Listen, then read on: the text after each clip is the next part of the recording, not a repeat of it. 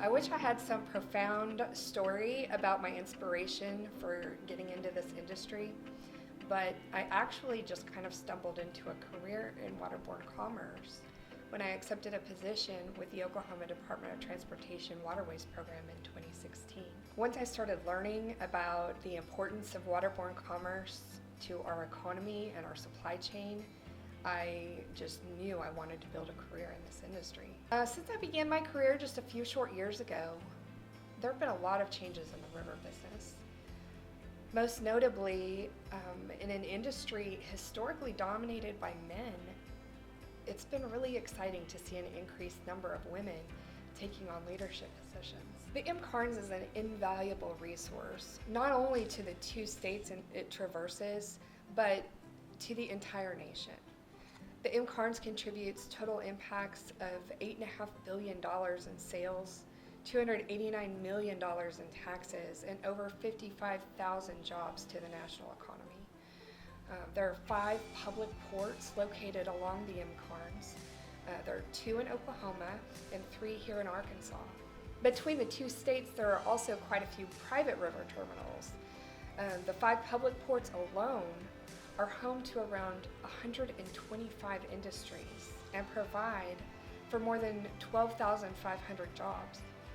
On average, about 12 million tons of goods, valued at over $3 billion, are shipped on the MKARNS each year. Since the system was dedicated in 1971, more than 500 million tons of goods have traveled on this river. Having the ability to import and export goods using the waterways provides our stakeholders and their customers access to a global market at a competitive price.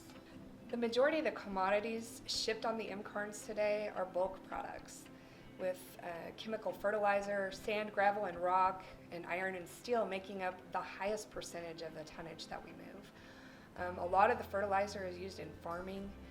The iron and steel can be used for things like making pipes for the oil and gas industries or in tire manufacturing. The MKARNS allows our farmers to ship crops like soybeans and wheat out to international markets. We also ship things like petroleum products, coal, minerals, building materials, and even large manufactured equipment and machinery, such as giant processing equipment used in refineries.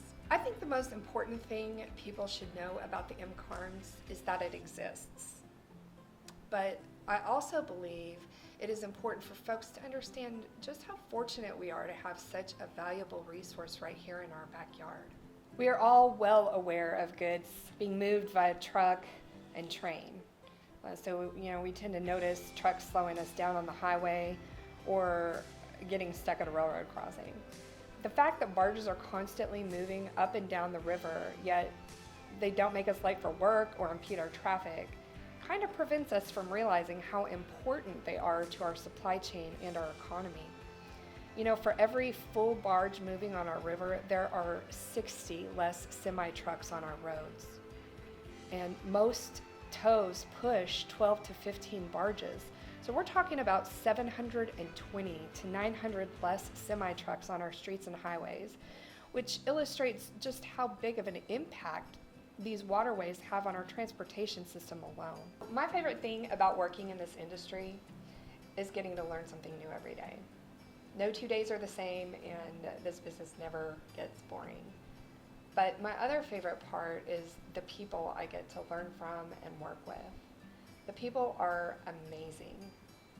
There's an interesting dynamic among river industry folks along the MKARNS in that despite competing interests, the Corps of Engineers, the states, the public ports, and the private terminals and industries are always eager and willing to work together in a spirit of unity for the good of the whole river.